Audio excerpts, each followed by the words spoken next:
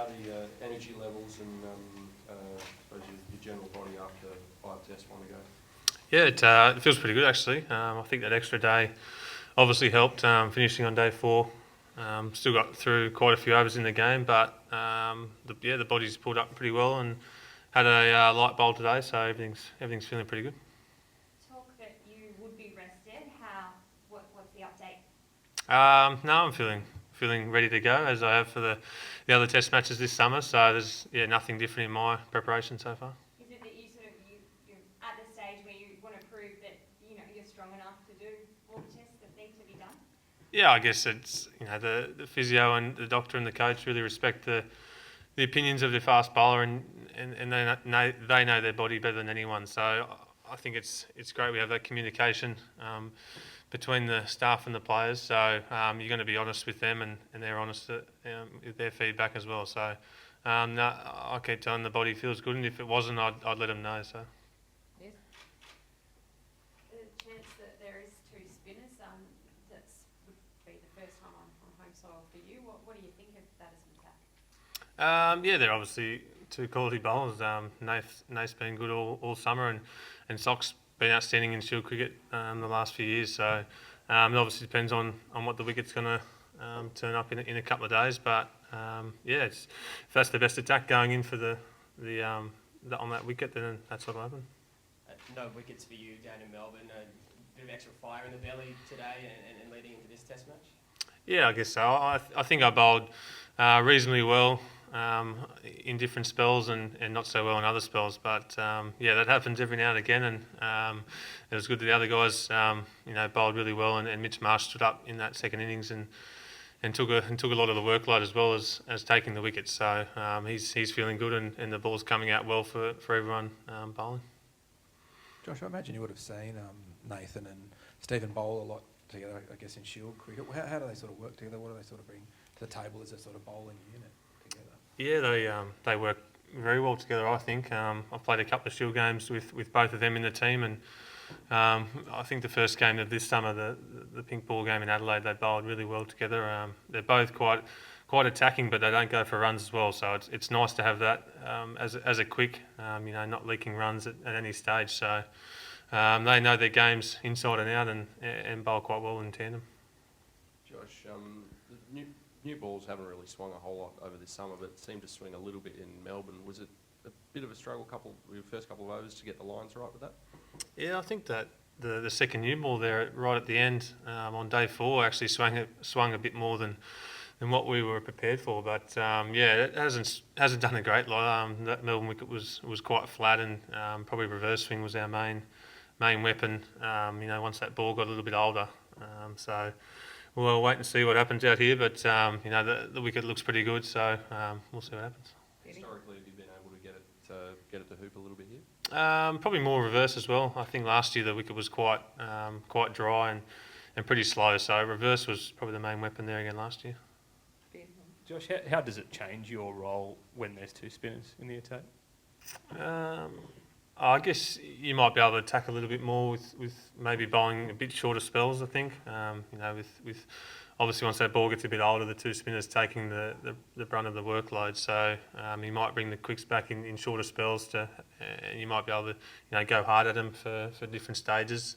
We'll still definitely have obviously 2 quicks and Mitch Marsh, so he's bowling outstanding. You're obviously feeling fine to go anyway, but in a way, does that sort of improve your chances of feeling fresh through this test? The fact that Sock can maybe tie up a few more overs. I guess so. The spinners are probably going to always bowl a few more overs if the conditions suit.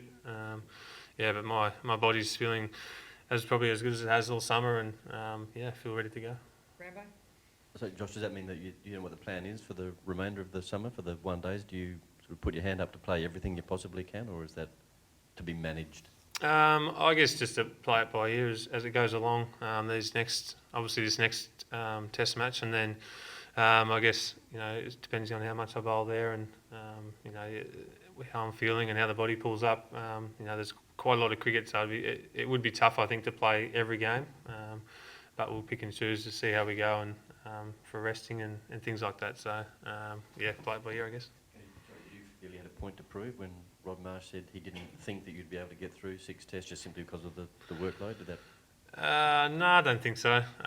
Everyone has their opinion, and I'm just looking to, as I said before, have that honest communication of how we are actually feeling as bowlers, and if we're ready to go, if we think we're ready to go for another test match. So, yeah.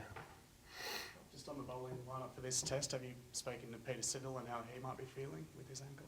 I haven't spoken to him too much. I saw he obviously training today was optional, and as is tomorrow. So I think he's going to have a bowl tomorrow, and I think he's fine. So. Willie?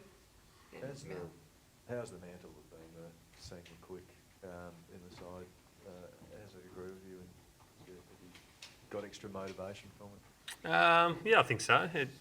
As I said before, it's great to be that guy that Smithy goes to, when he needs a breakthrough and needs a wicket. So it's good to, I guess, lead from the front whenever I can. And guys are going to have their different stages where they're leading on that particular day or they're firing at a particular time.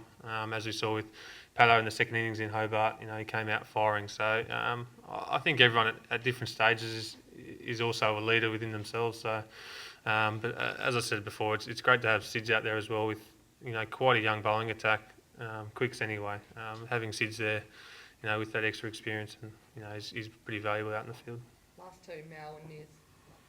Josh, you talked about the wicket being quite flat in Melbourne. How have you felt about the wickets overall? They've all been rated good by the ICC, but how have you felt about them reflecting normal Australian wickets, and what are you hoping for here?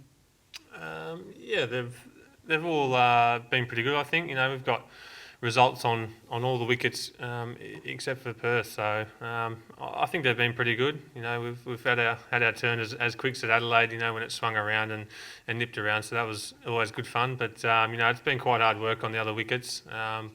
But in saying that, we've got results every time except for one. So I think they've been pretty good as a whole. Last one, Niz.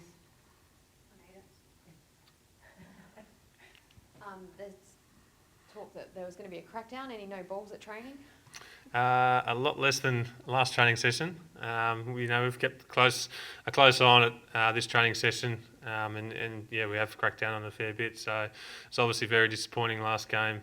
Myself bowling one and Jimmy bowling two, and taking wickets on those no balls. So it's probably one of the worst feelings in cricket up there with dropping catches. So there's definitely going to be an improvement on that at training, and if we get in the habit there, then hopefully it transforms into the game.